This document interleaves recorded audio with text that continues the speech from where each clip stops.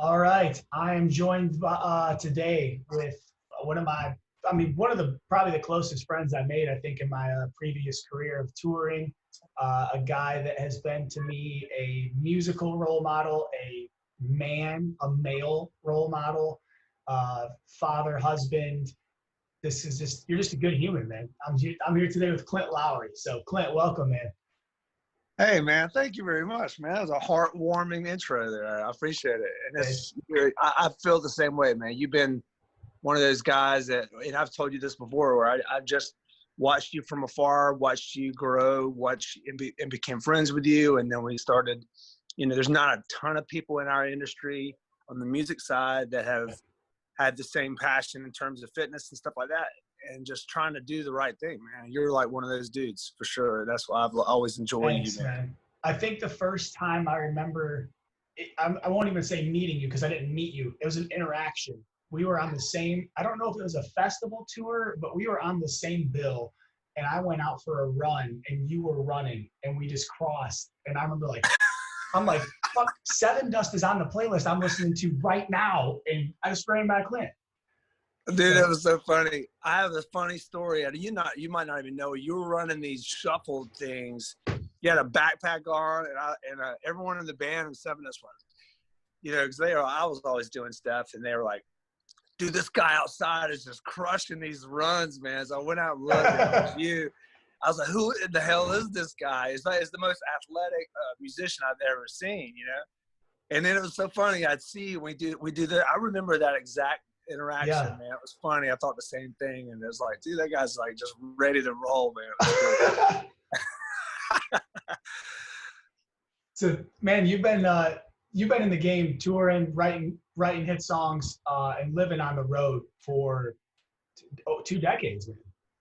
Yeah, 30 years. Over, really. 3 decades. Jesus, it's 2020. Well, think about, I graduated from high school in '89 and I was on tour from then till now. That's awesome. That lets you know how old I am, man. That's crazy. That just tells everyone how good you look. Like, wow, I thought he was like 24. Yeah, right. Well, hey, I'm trying, man. I'm trying. So let's talk a little bit about your personal journey in health and kind of, obviously you've been on the road a long time and you were on the road in a different time than me. So even if I ever got 30 years under my belt, I still wouldn't have toured through, for example, the big Woodstock. Just shows that rock and roll and touring has changed, right? You've got to see a lot of cool things. So I want to let you kind of take us on a little bit of a journey from start, how your health has progressed and how you've maintained, how are you staying at it? Early on, one of the first bands I was in, my first touring band, we were all pretty fit guys. Like our whole regiment was like running, and there was like this, there was this standard in our band that, you had to kind of feel good, look good. You wanted to be presented that way. And that was our thing. And so we trained a lot. I got into boxing and different things like that. We'd go find soccer fields and play like 5-man. It was just all this thing. We're constantly doing stuff. Then, as the years progressed, I joined another band, fell real deep into that lifestyle, drinking, drugs, a lot of that. Some people that know me know my story. I was an active alcoholic,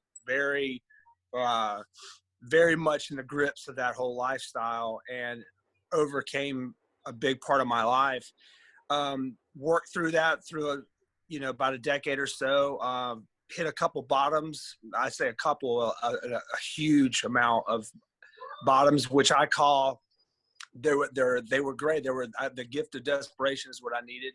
I needed to lose a lot to kind of wake myself up and find a way to get sober and clean my life up. So when I did, one of the things I gravitated right back to was the fitness side that I lost throughout those years, and started running again, started doing things, and always found that even throughout that drinking and the darker period, I would still have these rebounds where I would use fitness to kind of clear my head and clean myself out and to kind of start over. So it was always something I leaned on. How hard was it initially to take that first, even if it didn't stick, how hard was it to take that first step from like, I'm in a really bad place, I'm unhealthy, I need to go for like your first day running, like I just need to stop and go for a run? I mean, those were the worst. I mean, like it was always getting a little bit of momentum back and then losing it and going back to it. And I remember always that first step going back into it, and that little like tail tucked between my legs kind of mentality. But it was always, I always knew, I started finding that pattern. I always loved the way that I felt when I pulled my act together, you know. And it was always a thing where those little seeds, those little tiny little seeds that I would plant, they started to grow after a while, you know. The byproduct of this one lifestyle was just had tremendous benefits. Like my relationships were better, my mental health was better, everything improved, you know. So it was a no-brainer. That was the insanity, is that I knew that it was a better lifestyle for me. It's so wild. Like we were so self-destructive. We're like, this makes me feel like shit. This makes me feel good. But we keep doing this. And it's like, absolutely. Everyone knows that. The spirit of rock and roll, man. It was the spirit of rock and roll. That's what our culture was. You know, you know what it's like. Oh, man. Yeah. It's like fucking, let's do what we have to do. It was a badge of honor almost, you know, to see how destructive you could be. And it's definitely not, there's like nothing less cool in rock and roll than being seen working out. Like, if you want to go do a couple rails and pound a 40 and then hit stage, hell yeah. But if you're doing push-ups before you go on stage, fuck whack. That ain't cool. Let me tell you, you know how much bullying I had to suffer through? Like every time you set up shop outside of the bus. Dude, I feel you. Everyone's, and half of them don't even have the balls to come out and tease you in a good hearted way. They just sit on their bus and they're like, look at this motherfucker. You see this guy? And I'm like, but it shows on stage. We're the idiots. Yeah, we're the idiots, you know. And to me, I finally, the way that and you were probably this way too, is like after a while, I realized that had nothing to do with me. That was just these insecurities. Yes, that a lot of musicians have, and people when they do that, it's psychological. It's psychology 101. It's a thing where it threatens people. Yep. So they have to do that. They have to attack it. Now I find it, you know, I have a lot of people that are some friends are really close that are in obese kind of territory. They can say, oh man, you look too thin, or this and that, or you know, or they can mock me all day long, and it's okay. Sure. And it isn't. And it bothers me, but at the same time, I've learned how to process it. I'm like, this has nothing to do with me. I'm going to continue doing what I got to do. It's their insecurity that they're just deflecting on you. Absolutely. Yeah. I mean, so whatever. So I, you know, small herds of people that are into it, like you and a few other people, I find those people and leave the others behind, you know? I mean, the environment that you surround yourself in every day is so important. And like, you know, like you're talking about in the music industry, that's a really stereotypically unhealthy industry.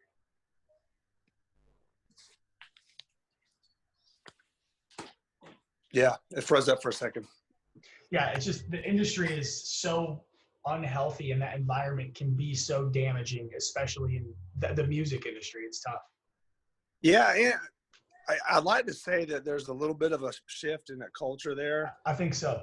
You know, I feel like people are just starting to be like, you know, it's like the reason the spirit of rock and roll is the anti-everything. And I think after a while, a certain amount of years of playing out that same old rock star cliche, it starts getting like, well, let's rebel by actually taking care of ourselves and then throwing down on stage and doing these things where we're physically capable of just providing a better show. And I think that's like the new way to kind of punk rock it. You know what I mean? So like, when I think of dudes that go hard live, Sevendust is one of the immediate bands I think of. And like you just said, you guys have been at this, all you guys have been at this for 25 and 30 years. Like, if people haven't done this, it's gonna be hard for them to understand the toll that takes on your body. But for the first 5 years, you're sleeping in vans, you're getting terrible rest, you're staying up all night, you're inevitably drinking and probably not eating great, and then you're thrashing yourself on stage. So to be able to say that, you know, you've been at it for 30 years and I've watched you guys live and it's still,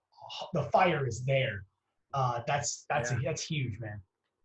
It's tough. I mean, sometimes it may look like the fire's there in between the ears. It's a little, it takes a second, but once you get into it, you know, that's always the funny thing. Like there's been times where 10 seconds before we go on stage, we're like, I don't want to do this. I'm not into it at all. Yep. Then you get up there and you're like, you find it, you know, I mean, I love watching people have that passion still, especially they haven't done it in a long time. You were one of those type of drummers too, where I watch and it's like, God, that guy's, there's a look in certain people's eyes when they get on stages that not everyone has it. And when the ones that have it, I'm like, they're taking this to the extreme of their capabilities. They are doing this.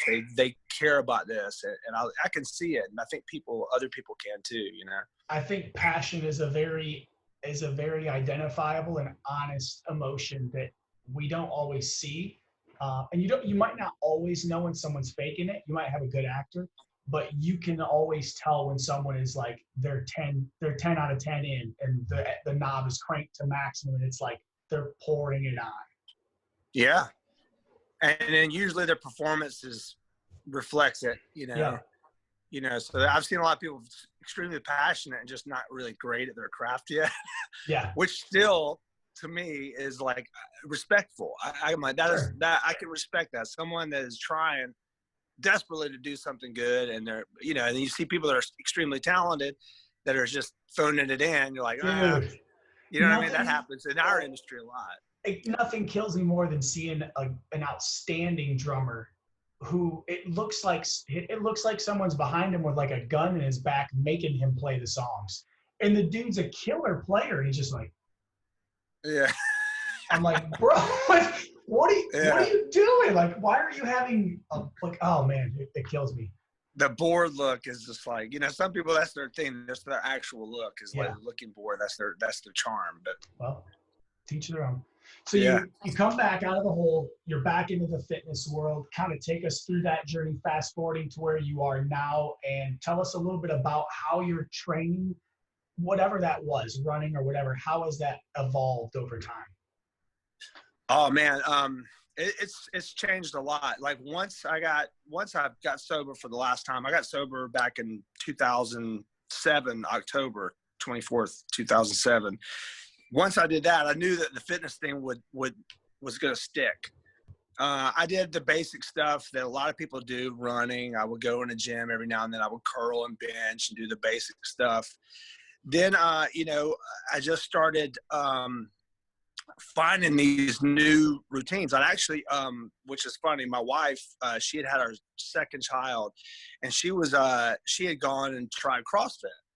And I was like, you know, I was like really on this. I had some really cool momentum going. I thought I leaned down pretty well. And, you know, I was just cosmetically, I just wanted to look a certain way.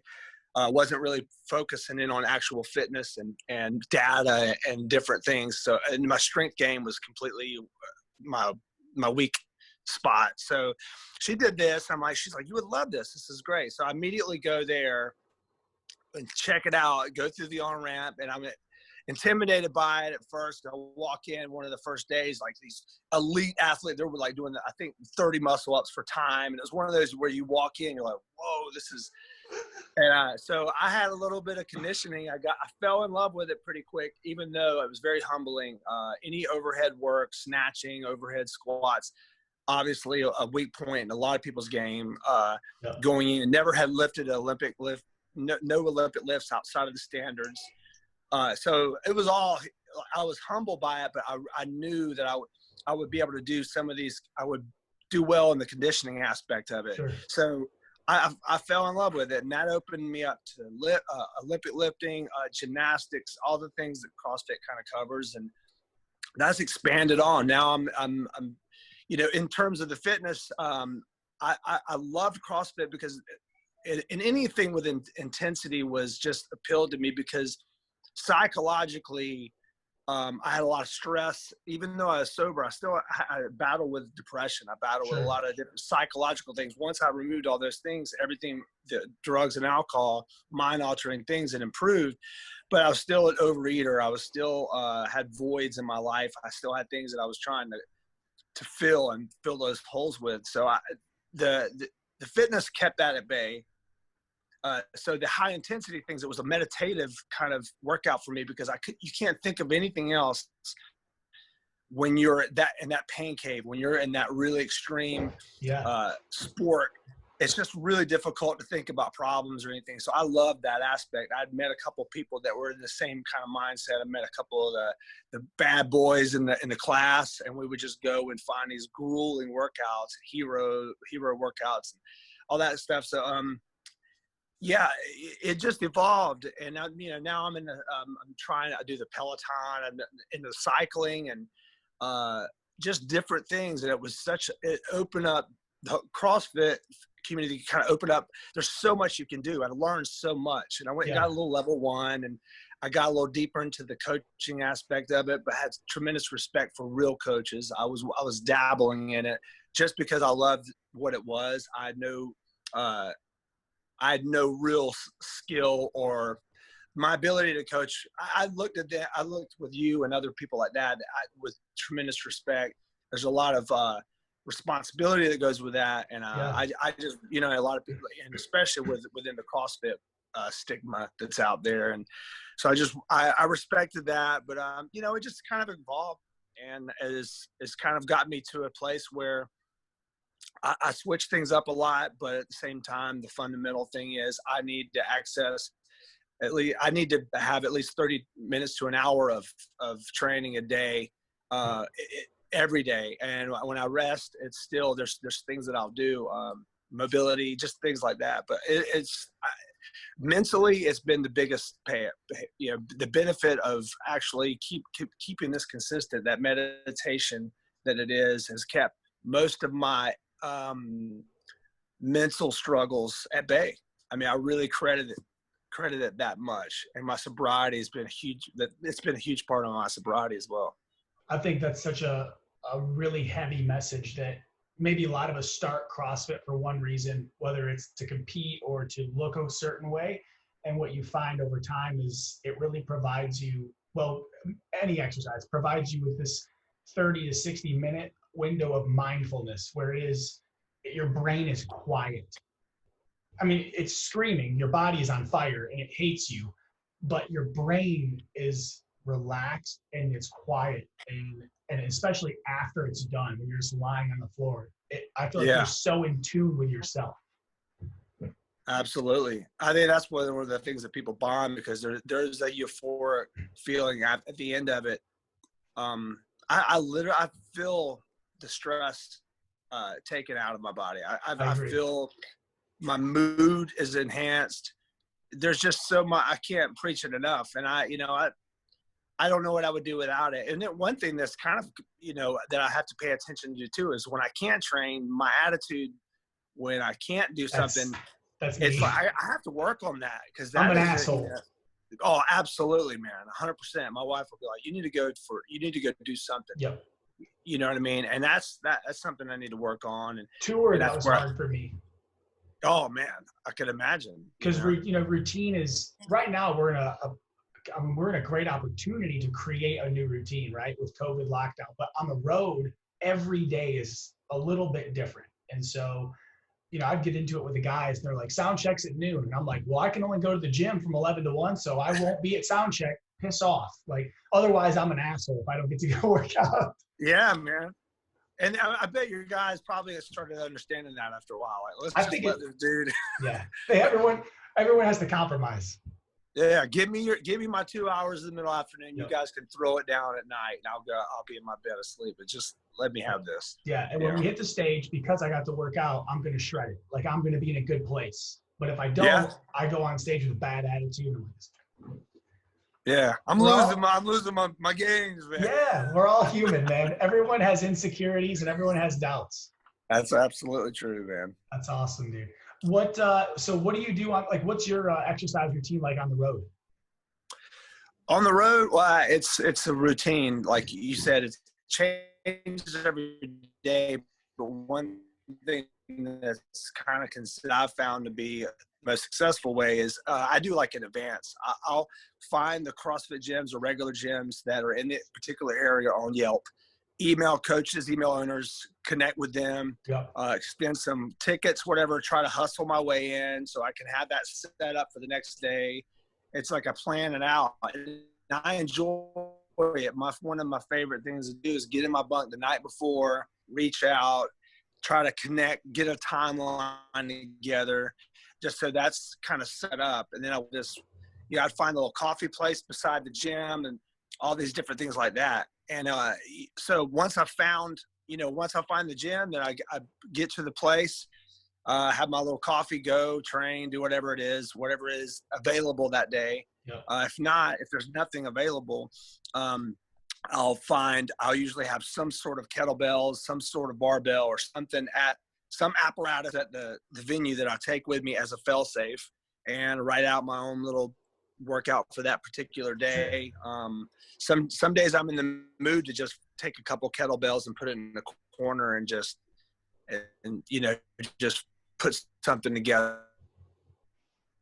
It's pretty easy, to find. But basically, you're getting it in every day, no excuses.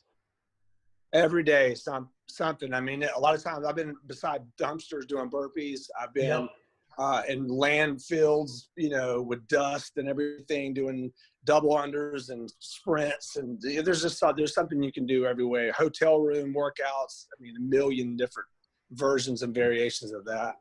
If you want something badly enough, you'll find a way to get it. Yeah. For sure. And like, we're going back to the mental state. If I don't I know what my mood's going to be if I don't do something. Yeah. So yeah, awesome. Especially on the road, I miss my family. Those are the things I do that just make me feel normal. Yeah. What's on the docket for today's workout? Well, today I already did. I did a 45-minute Peloton. I've been doing these.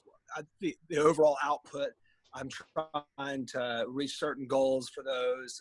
Learning a lot more about cycling than I've ever known. I have a couple of people.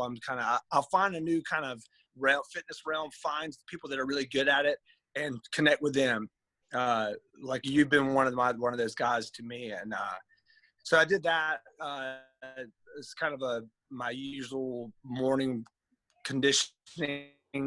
And then today, I'll end up doing stuff in the garage. Beautiful day.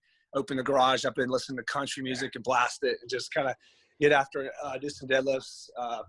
I'm going to do a little bit of shoulder. I'm really loving these cross symmetry things. I'm kind of rehabbing a little bit of my shoulders. So I've been falling in love with that. And so I'll do that pre deadlift and just kind of get after it after that. Awesome. Clint, man, thank you so much for jumping on with me. It's awesome to see you and catch up. Yeah, man. Likewise, man. Much respect. I think the world of you, brother. Hey, I love you, buddy. And I love the solo record. The new stuff is killer. I know you're enjoying the time home, but I'm also excited to see you on stage. Yeah, man, I'm going to get you out there one day. All right, hey, you say the word. Brian, I just did a podcast with Brian Hardiswick, and he's like, tell Clint, package deal. I'll mix front of house for his solo project, and you can play drums, and we're going in. Man, I love that. Well, hey, man, I love you. Thank you so much for tuning in with me, and I'll be in touch. All right, love you, bud. See you, bud.